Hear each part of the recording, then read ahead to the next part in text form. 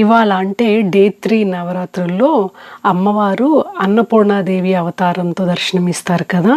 ఇవాళైతే office work ముగించేసరికి కొంచెం cleanup ఉండి నైవేద్యాల preparation అంతా కలిపి పూజ మొదలెట్టే టైంకి దాదాపు 7:45, 8 అయిపోయింది. వర్కింగ్ డేస్ పైగా మిడిల్ ఆఫ్ ద వీక్ కదా, అలాగే ఉంటది ఒక్కొక్కసారి. మీరిక్కడ వీడియోలో చూస్తున్నట్టు ఇవాళ అయితే నైవేద్యానికి కొబ్బరి అన్నం చేశానన్నమాట. చేయడం అయితే చాలా సింపుల్ గానే అనిపిస్తుంది, కానీ కొబ్బరి అన్నాన్ని మెప్పించడం చాలా కష్టం అండి. అన్లెస్ సూపర్ టేస్టీగా వస్తే తప్ప జనాలను మెప్పించడం చాలా కష్టం కొబ్బరి అన్నంతో. ఫ్రెష్ కొబ్బరితో అయితేనే చాలా బాగుంటది కొబ్బరి అన్నము. ఇంకా కొబ్బరి అన్నంతో పాటు అల్లం గారెలు కూడా చేశాను.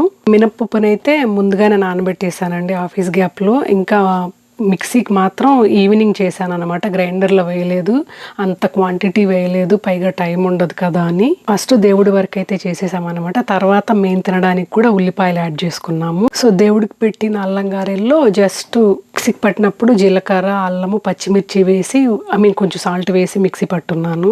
అందుకే కొంచెం నైవేద్యాలు అయ్యేటప్పటికి టైం పట్టింది. మొత్తానికైతే తులసమ్మ పూజ, దాని తర్వాత అమ్మవారి పూజ బాగా జరిగింది. మొదట్లో అయితే ఓన్లీ అల్లం గారెలు ఒకటే చేద్దాం అనుకున్నాను, ఇవాళ నైవేద్యం అదే ముఖ్యం కదా అని. కానీ అన్నపూర్ణాదేవికి అన్నంతో కూడిన నైవేద్యం పెట్టకపోతే ఎలాగని కొబ్బరి అన్నం చేశాను. నేను మొన్న అన్నట్టు మనకు తోచినంత, మనకు కుదిరినంతలో భక్తిపూర్వకంగా చేస్తే చాలు, అమ్మవారి ఇట్టే కరిగిపోతారు. ఓం శ్రీమాత్రే నమః.